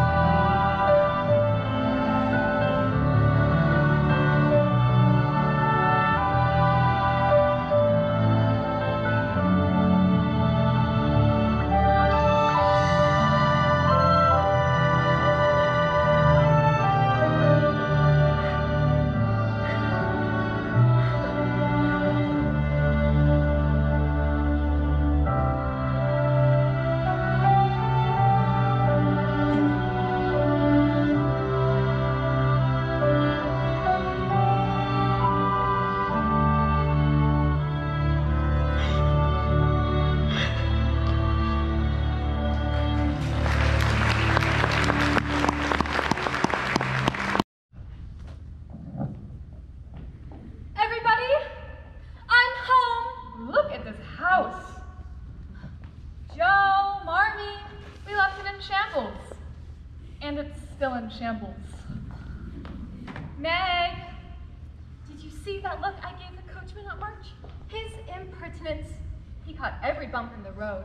One must always be civil to a coachman, Amy. You must respect those who have the reins until you wrench the reins from them. Yes, Aunt March. Joe! Remember, Amy, you're a lady now. You're right. I'm a lady now.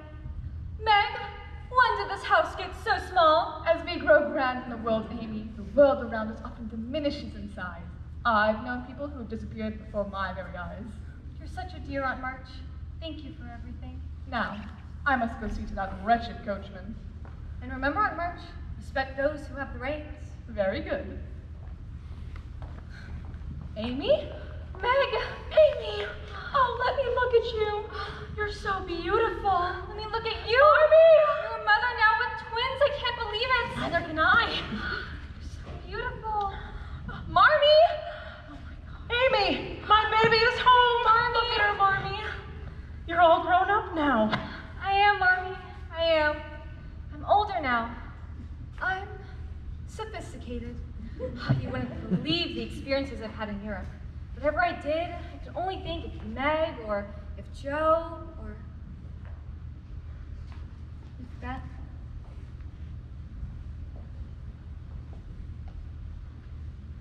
I was so sad I couldn't see her go. I cried for weeks. Aunt March says I was being unreasonable, but it broke my heart not to be here with her. Beth understood. Joe. She said, tell Amy not to fret. Did she really? She was so brave to the very end. You would have been proud of her. Well, I bought her this metronome. The man said there wasn't anything like it. Since when did we get such a magnificent piano? Mr. Lawrence gave it to Beth. Oh, he's a dear, isn't he? It's so good to be home in our dear house.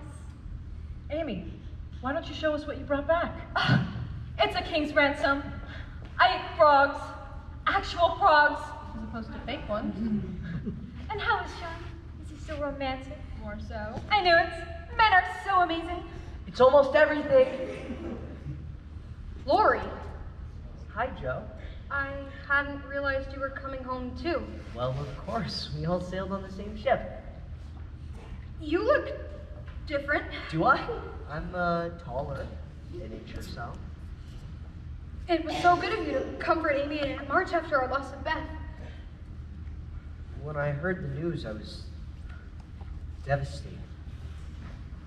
I'm sorry I didn't come to see you when I was in New York. I wanted to. I don't blame you, Lori. I was horrible to you. I was so unfeeling. No. You said what you felt. No. Anyway, guess what? I sold a story. You did? I knew you would. I always had that sort of faith in you, Joe. I know you did. You know, you look different yourself. Very distinguished. Really? You know, I've missed you. I missed you too, Joe. I realized something about myself while I was in Europe. What's that? I was never meant to fly on golden wings. Who is? You, Joe. You're meant to soar. Me? I'm meant for more mundane things. No. I've decided to go into my grandfather's business. I know. This is the last thing I would have ever thought for myself, but I find I'm quite interested in the prospects. I shall be wily and shrewd. Lori, did you get everything from the carriage? Amy, did you tell Joe? Tell me what? The most amazing thing. Really quite a thing. You tell her. No, you tell her. All right, I'll tell her. We were under the bridge of sighs. In a gondola. Under Italian skies. She was singing lullabies. She likes the way I sing. The day was ours. Talked for hours. It was amazing. I said I love fireflies. I said, so do I I. told him I'd say goodbye. There was something in her eyes. Where the bells began to ring. We found that We're so alike. it was amazing. So tell me, who proposed to who? You know! Oh, we were trying to be so discreet about it. Amazing. There we were in Venice. In a gondola. In Venice. When he suddenly stood up. And shouted, will you marry me? It was so romantic. Then I fell into the water. And before we even knew it. She dove in and rescued me. It happened before you. How could we have known? Amazing what time can do. from that moment, my heart We'll be married in the spring. Whoever thought in all the world we'd fall in love, and yet we did. It was amazing. Amazing. The most amazing thing.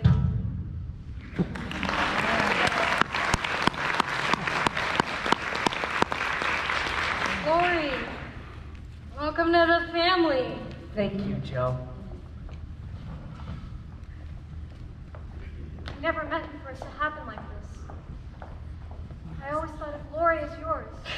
He's never been mine. He's always been one of us, you know? Joe, I have something for you. I sketched everything that I saw in Europe that you could have seen. The palaces, the castles. Amy, I can't. You must. We'll be close now. We always will be. That'll never change.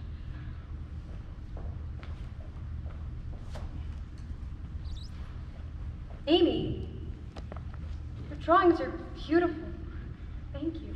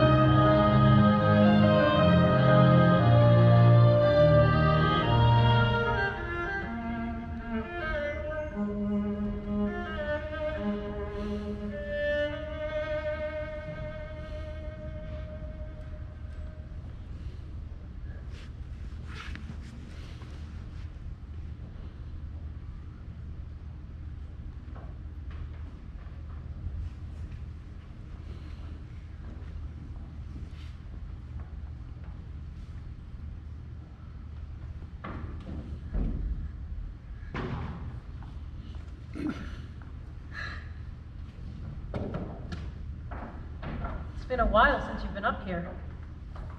I know. This place needs a dusting and an airing. I'll get to it. I remember when the attic used to be such a sanctuary for you, Joe.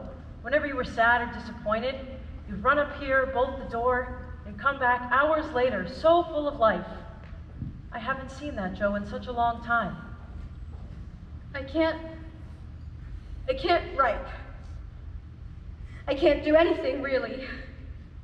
You're right, in the past, I could always come up with something. I was always so good at that. Joe can, Dad would say to me, Joe can make the clouds disappear. I just want her back. I never should have gone to New York. I never should have broken the promise. If I had stayed here, maybe. Joe, no. Maybe everything would have been different. Nobody could have done more for Beth than you did. You could not have changed what happened. How do you manage? How do you go on, day in, day out, as if nothing has happened? You think that's how I manage? Well, you're strong and wise. How can I be like you? How can I find your strength? Don't make so much of me, Joe. I never dreamed of this sorrow. I never thought I'd have reason to lament. I hoped I'd never know heartbreak. How I wish I could change the way things went. I wanted nothing but goodness. I wanted reason to prevail, not despair, emptiness. I wanted days of plenty, but I refuse to feel tragic. I am making for more than pain, and there has got to be meaning. Most of all, when a life has been so brief, I have got to learn something. How could I give her any less? I want life to go on. I want days of plenty. You have to believe there is reason for hope. You have to believe that the answers will come. I can't let this defeat you. You can't let this defeat you. You must fight to keep her there within you.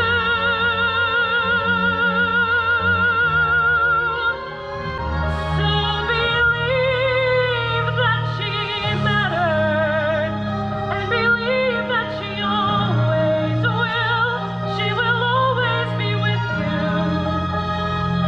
She'll be part of the days you've yet to fill. She will live in your bounty. She will live as you carry on your life. So carry on, full of hope.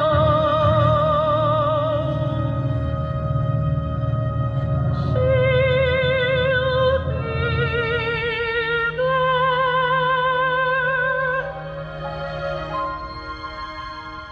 for all your days of plenty.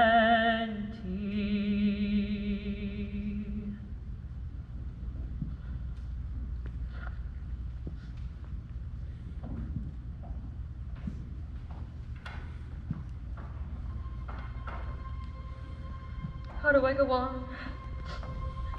Just an empty room. All I have are memories. I need a task to do. Someone give me a task to do. I need a...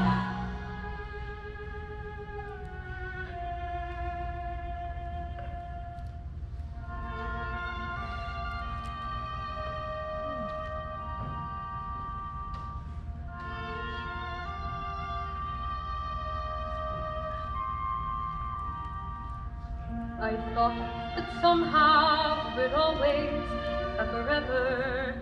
I thought the promises we made would have a different end.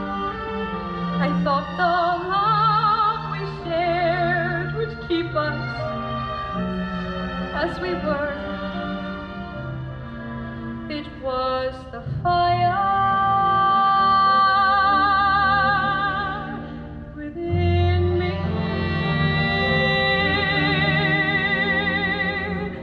We dreamed and plotted with abandon in this attic. When we were gathered here, the room became our citadel. We were amazing then, my sisters and I. They were the fire within me. In this room, I knew we were alive. Nothing was too painful to survive. We'd face the world together, the four of us, forever side by side. Everything I promised was for them. I was theirs, no matter where or when. How can that be lost forever? How when I gave everything with all my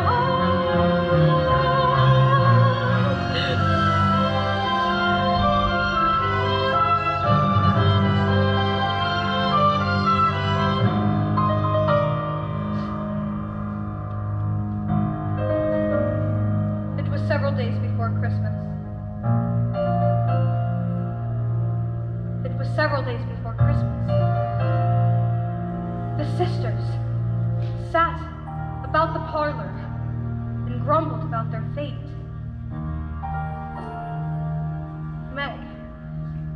The oldest, most romantic said, "It's not fair. Some girls have pretty things while we have nothing." "And it won't be Christmas without presents," said Amy, with her usual pout.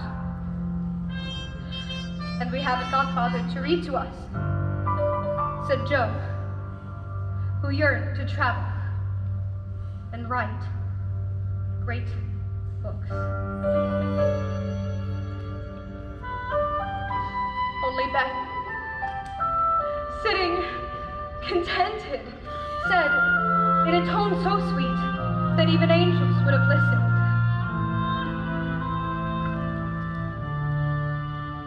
"But we've got each other."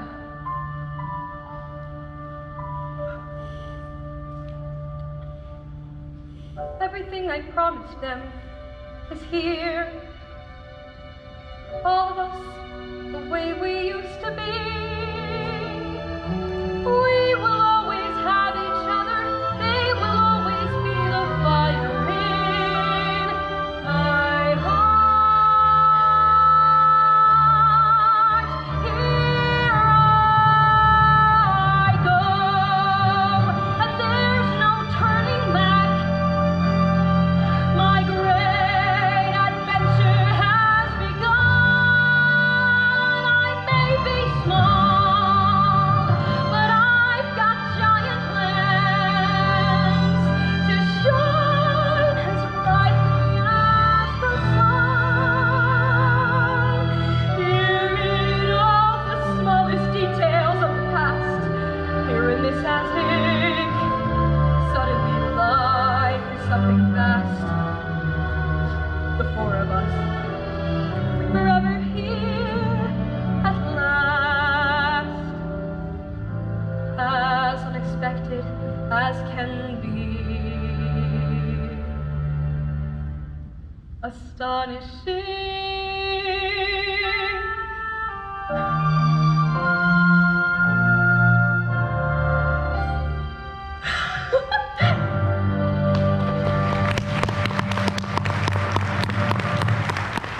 Amy, come, let me finish your hair. I made all the wrong decisions about the wedding, Marmee. The dress, the flowers. You look like a Madonna. Merci, Jeanne. It was all Laurie's idea to get married in our own petite maison. And I cannot deny anything. Why is she speaking French? Was I the silly at our wedding? Worse. John. I'm sorry. I mean, you were interesting. Father's telegrams that he'd be to the train station at noon, and you promised that you'd meet him there. Gosh. 3 sets of dishes, 2 sets of silver, 16 chairs, 3 cut glass bowls, and my entire conservatory of flowers. I've been divested of all other worldly possessions. Joyously.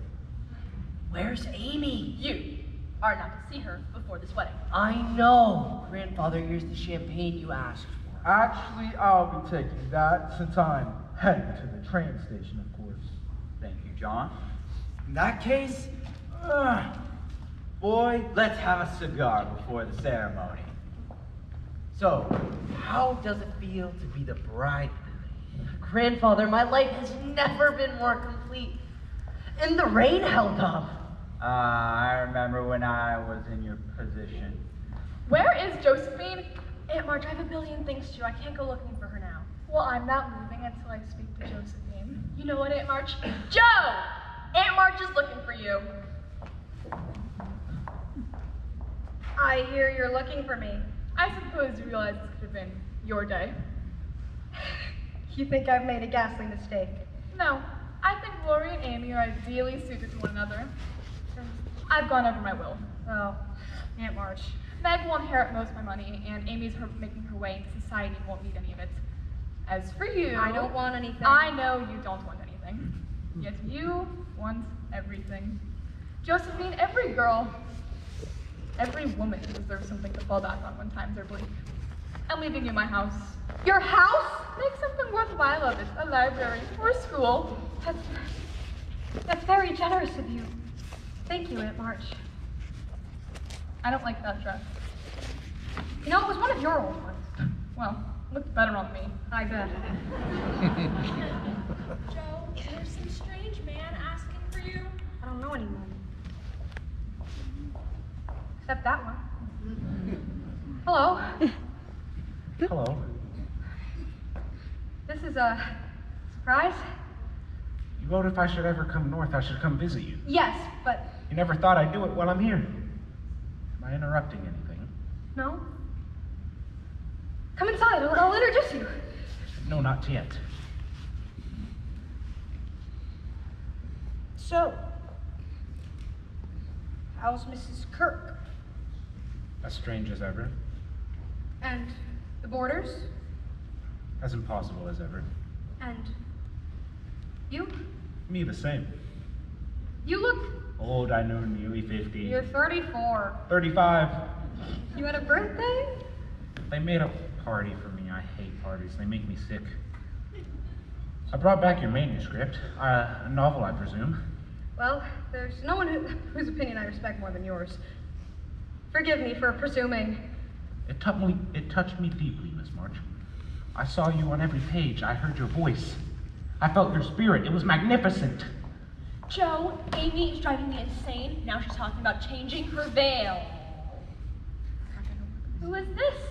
Meg, this is Professor Bear. I recognize you now from your sister's book. So, you're the one she's let read it. I'll be there in a minute. Okay. I have come at a bedtime. No, it's just a wedding. A wedding. You know, I often think about you, Professor. I wonder how you're doing. I bought a kite. You bought a kite? Soon after you left, I bought a kite. I never had a kite. You know, you were right to think I was old. I was old. No, I was being mean. I was. But ever since we met, everything's changed. My students, they even notice. They say, Professor Bear, you are smiling today. Miss March, Joe. Joe, we are not at all alike. We have our differences. May I be blunt? Be blunt. By all means. I think perhaps it looks like rain. The sky gets bluer by the hour. The water falls in little drops. That's why it's called a sun shower. Ah, and now it stops. You were about to be blunt? If I say rain, then you say sun. If I say yes, then you say no. It seems before we start, we're done. We even argue at hello. If I say share with me this small umbrella. I say who cares if I get wet? We are as different as the morning and the night. No. We're as different as the winter and the spring. We always seem to fight. We disagree on everything. And yet, you make me smile, you make me laugh, you make me care. How can I explain inside my heart I feel a pain when you're not there? Though we are not at all alike, you make me feel alive. If we had that in common, that one small thing in common, love could be like a small umbrella in the rain. Josephine! Christopher Phillips. The whole family will be arriving soon. I want the whole family gathered in the parlor. Aunt March. And who are you? This is Professor Bear. Call me Fritz. Fritz? Is that your name? Fritz? Did I not tell you? No. Well, bring it, Fritz. You were saying, Fritz?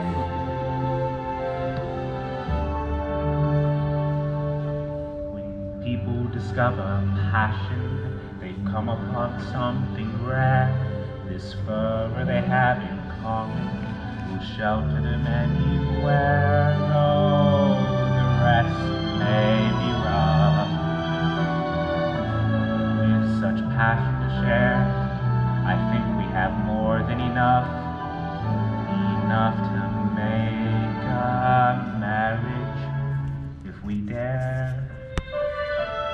proposing?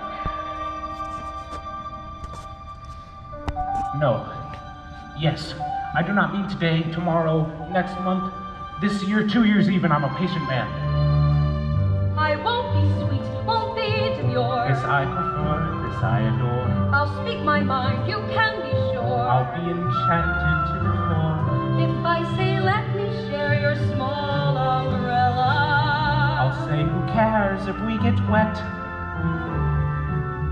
we'll be as different as a husband and a wife. No, be different as a woman and a man. We'll fight our way through life, We'll disagree the best we can. and yet you Make me smile, you make me laugh, you make me care. How can I explain inside my heart I feel a pain when you're not there?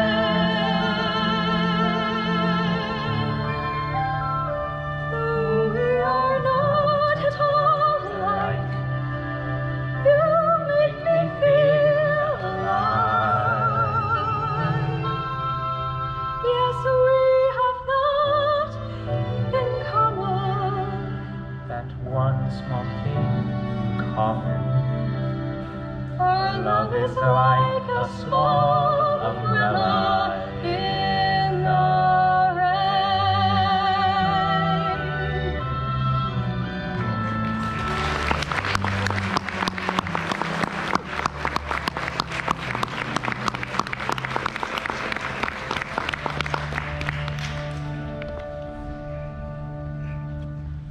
I have news for you. I showed your novel to Henry Dashwood. You did what? I know. It was wrong of me. Horrid man Dashwood, stubborn, blunt to a fault.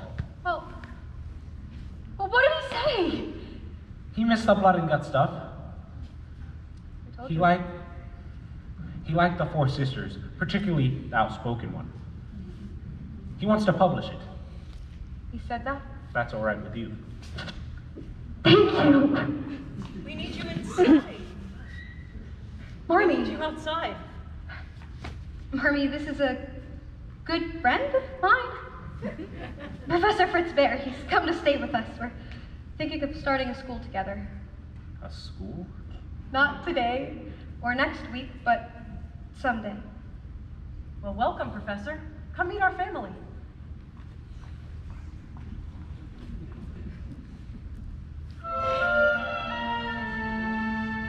Sometimes when you dream, your dreams come true. In extraordinary ways, suddenly a day can be so amazing. And sometimes when you yearn, you burn the air, and then you are not the same.